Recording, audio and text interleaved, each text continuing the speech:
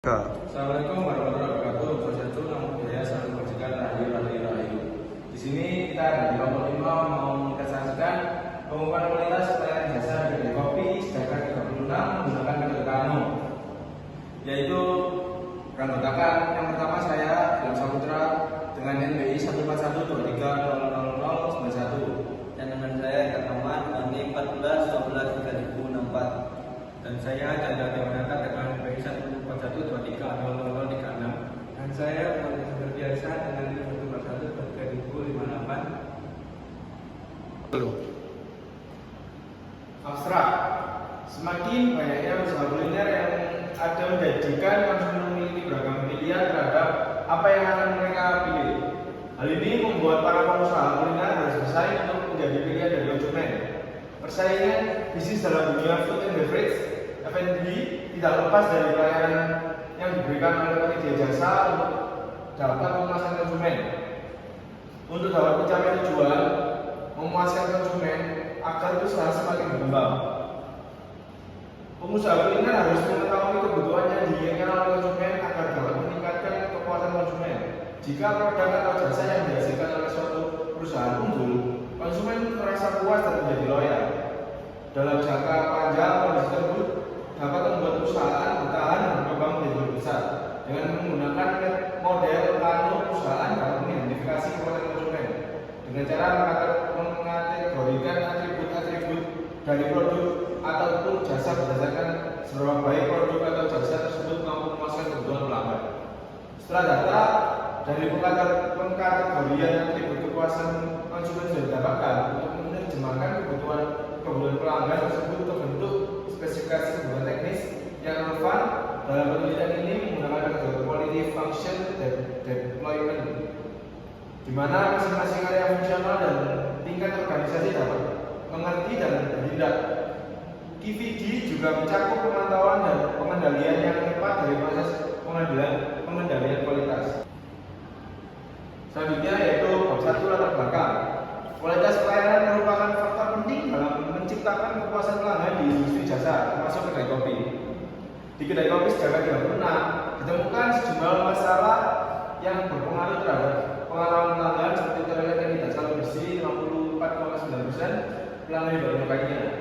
Waktu tumbuhnya jaringan bervariasi dari sesuai harapan 25,5%, serta koneksi wifi yang tidak stabil. Selain itu, 82% pelanggan menyukai sikap ramah pegawai.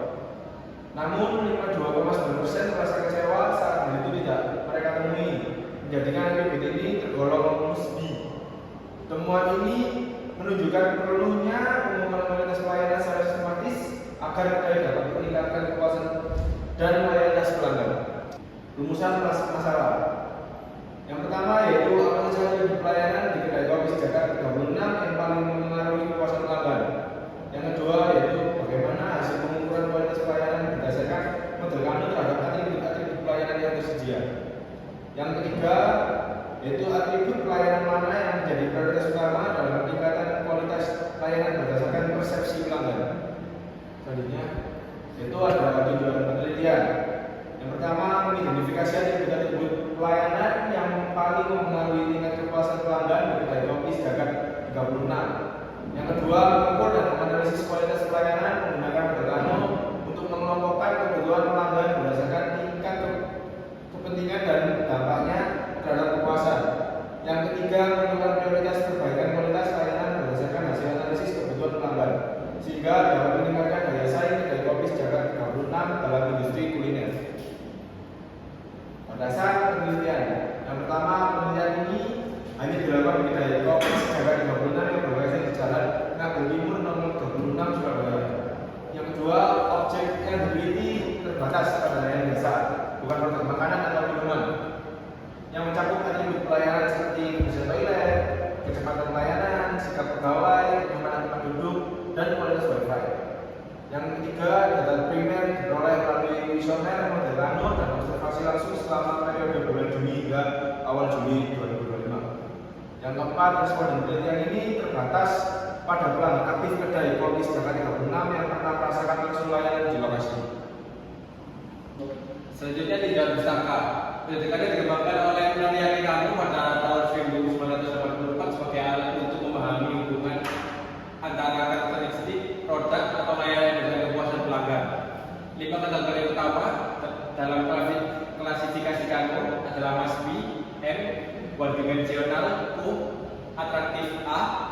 indifferent I, dan reverse R.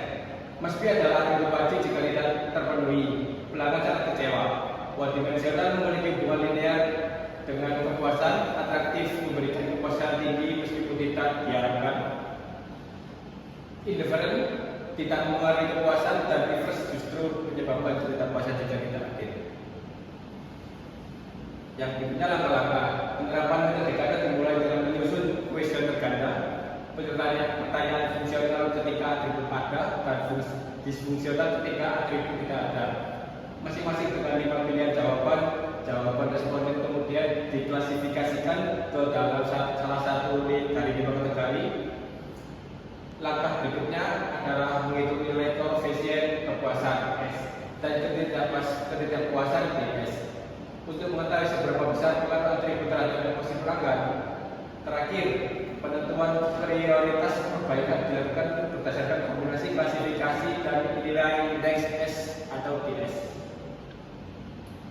Berikut adalah rumus uji validitas U. Ini R N sigma XY kurung X sigma X kurung sigma Y.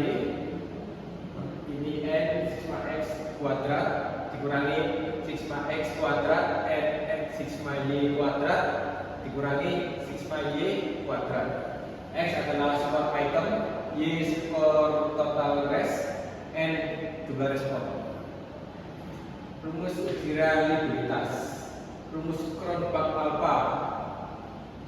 A sama dengan K per K kurangi 1 kurung 1 kurangi sigma O kuadrat I dibagi A2 total. K adalah jumlah inti, A itu kuadrat total varian mas, A total kuadrat adalah varian total source. Rumus kategori model Kano. Kategori penjelasan mas BM harus jika tidak ada, one dimensional semakin baik, atraktif tidak, indifferent tidak berpengaruh pada kepuasan maupun tidak kepuasan. Reverse fitur ini jika ada justru membuat pelanggan tidak suka. Questionable, jawaban tidak konsisten, perlu diuji ulang. Untuk rumusnya, untuk mengetahui dampak satu atribut terhadap kepuasan pelanggan digunakan dua rumus. S sama dengan A plus O dibagi A plus O plus M plus I. Yang DS itu M ditambah O dibagi A plus O plus M plus I. Nilai S mendekati 1 menunjukkan bahwa perbincangan berkontribusi terhadap kepuasan jika tersedia. Sebaliknya, nilai DS mendekati 1 menunjukkan bahwa ketidakhadiran atribut tersebut akan menimbulkan ketidakpuasan yang besar. Metodologi penelitian. Penelitian ini dilakukan di Kedai Kopi Sejagat di Gadang, Surabaya dengan fokus pada pelayanan jasa seperti kecepatan bayaran, sikap pegawai, kenyamanan tempat duduk, fasilitas toilet, dan wifi, dan lain-lain. Penelitian bertujuan mengukur kualitas pelayanan menggunakan metode Kano. Populasi penelitian adalah seluruh pelanggan aktif kedai. Teknik sampling yang digunakan adalah purposive sampling dengan jumlah sampel sebanyak 51 responden yang pernah menggunakan layanan dan bersedia mengisi kuesioner. Variabel yang digunakan terdiri dari 15 atribut pelayanan X1 sampai X15 yang diperoleh dari observasi dan studi literatur. Beberapa di antaranya meliputi X1 kecepatan pelayanan, X6 sikap ramah pegawai, X8 kenyamanan tempat duduk, X14 kualitas WiFi, X15 kebersihan toilet. Setiap atribut diuji dengan dua pertanyaan, fungsional dan disfungsional. Sesuai dengan model Kano, untuk mengetahui pengaruh keberadaan atau ketidakhadiran pelayanan terhadap kepuasan pelanggan. Model Kano mengklasifikasikan atribut layanan ke dalam 5 kategori: masuk di dimensional, atraktif, indifferent, dan reverse. Klasifikasi berdasarkan pada kombinasi jawaban responden dan kuesioner fungsional dalam game fungsional untuk mencari dampak yang atribut digunakan rumus S A plus O dibagi A plus O plus M plus I, yang DS itu M plus O dibagi A plus O plus M plus I. Nilai S dan DS membantu dalam menentukan atribut prioritas perbaikan. Pengelolaan data dan analisisnya. Selanjutnya untuk hasil rekap jawabannya kuesionernya. Daftar atribut yang bisa terkandung. Yang pertama dan kedua dan ketiga, aspek ekonomi, penampilan pegawai yang rapi dan tempat tidur yang nyaman dan bersih dan pencahayaan ruang yang nyaman. Yang keempat, aspek ekonomis, harga produk terjangkau. Yang kelima, aspek durability, toilet yang bersih dan berfungsi baik. Yang keenam sampai yang kesembilan, aspek performa, waktu tunggu penyajian tepat, produk sesuai gambar dan menu, karyawan ramah dan sopan, kecepatan layanan saat ramai. Yang ke-10 sampai yang ke-15, aspek fitur. Yang tersedia wifi cepat dan stabil, tempat parkir yang luas dan aman, musik latar yang menyenangkan, pilihan menu yang beragam, pelayanan pemesanan via aplikasi, adanya area bebas rokok. Selanjutnya untuk hasil jawaban kuesioner mereka jawab soal fungsional, yaitu ada 51 responden. Untuk yang kuesioner rekapan jawaban soal disfungsional, yang respondennya 51. Untuk uji validitas, validitas fungsional dan difungsional itu valid semua. Untuk penjelasan di slide selanjutnya, analisis hasil validitas. Uji validitas dilakukan terhadap 15 validitas yang terdiri dari X1 sampai X15, baik untuk pertanyaan fungsional maupun difungsional. Seluruh variabel menunjukkan nilai R hitung 0,514 pada tingkat signifikansi 5%, sehingga dapat disimpulkan bahwa seluruh item kuesioner adalah valid. Uji reliabilitas juga menunjukkan hasil yang sangat baik dengan nilai Cronbach masih besar 0,923 untuk bagian fungsional dan 0,967 untuk bagian disfungsional. Hasil ini menandakan bahwa kuesioner memiliki konsistensi internal yang sangat tinggi dan digunakan dalam analisis lebih lanjut. Untuk uji reliabilitas dan analisisnya, uji reliabilitas dapat untuk mengetahui tingkat konsisten kuesioner dalam mengukur atribut pelayanan. Hasil menunjukkan bahwa untuk kategori fungsional dan disfungsional, untuk hasilnya 0,923, untuk disfungsional 0,967. Keterangan reliabel, nilai ini berada jauh di atas batas minimum 0,7 yang berarti bahwa kuesioner sangat reliabel dan layak digunakan. Artinya data dari responden konsisten dan dapat dianalis menggunakan metode kami. Berikut adalah kategori penerbangan untuk penjelasan di slide berikutnya.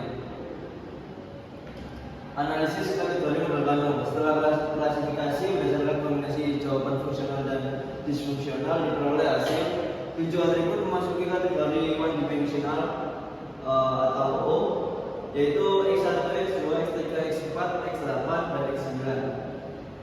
3 atribut masuk kategori atraktif atau A, yaitu X5, X6, dan X16.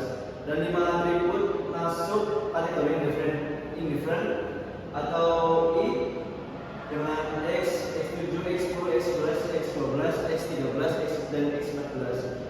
Dan 0 atribut memasuki kategori must be atau reverse asal dominan. Kesimpulan, Pelanggan sangat memperhatikan atribut dengan klasifikasi 0 dan A, sedangkan atribut I memiliki pengaruh rendah terhadap kepuasan maupun ketidakpuasan. Itu adalah tabel better and worse dari X1 sampai X15. Untuk analisisnya ada di slide selanjutnya. Analisis better and worse untuk mengetahui dampak atribut terhadap emosi pelanggan menggunakan dua indeks. Yang pertama better menunjukkan seberapa besar atribut meningkatkan kepuasan. Yang kedua worse menunjukkan seberapa besar ketidakhadiran atribut menurunkan kepuasan. Atribut prioritas kebaikan nilai better tinggi dan worse negatif. X1 kecepatan pelayanan betternya 0,663, worse-nya min 0,178. Untuk X3 kemudahan pemesanan betternya 0,44, untuk worse-nya min 0,267. X8 kenyamanan penduduk better 0,612, untuk worse-nya min 0,133. Atribut tersebut memberikan dampak saling signifikan dan harus diproseskan dalam strategi peningkatan pelayanan. Kesimpulan, berdasarkan hasil analisis terhadap 15 atribut pelayanan menggunakan metode kami diperoleh bahwa 7 atribut diklasifikasikan sebagai one-dimensional, yaitu X1, X2, X3, X4, X8, dan X9, yang berarti semakin dipenuhi semakin tinggi kepuasan pelanggan. 3 atribut termasuk atraktif, yaitu X5, X6, dan X15, yaitu memberikan dampak kepuasan tinggi bila tersedia. 5 atribut dikategorikan sebagai indifferent, yaitu X7, X10, X11, X12, X13, dan X14. Artinya tidak mempengaruhi signifikan terhadap kepuasan. Uji reliabilitas menunjukkan nilai roundbox alpha lebih besar 0,93, menandakan instrumen sangat konsisten dan layak digunakan. Dari perhitungan better worse index, atribut dengan pengaruh besar terhadap kepuasan dan ketidakpuasan pelanggan adalah yang pertama X1 kecepatan pelayanan, untuk betternya 0,663, untuk worse-nya min 0,178. X3 kemudahan pemesanan, untuk betternya 0,644, worse min 0,27. X8 kenyamanan tempat duduk, untuk betternya 0,612, worse min 0,133. Jika ini menjadi prioritas utama perbaikan karena memberikan dampak langsung terhadap pengalaman pelanggan. Hasil ini dapat menjadi dasar manajemen dalam merancang strategi peningkatan layanan berbasis kebutuhan nyata pelanggan. Berikut adalah hasil presentasi dari kami dengan metode Kano. Sekian, terima kasih, dan wassalamualaikum warahmatullahi wabarakatuh.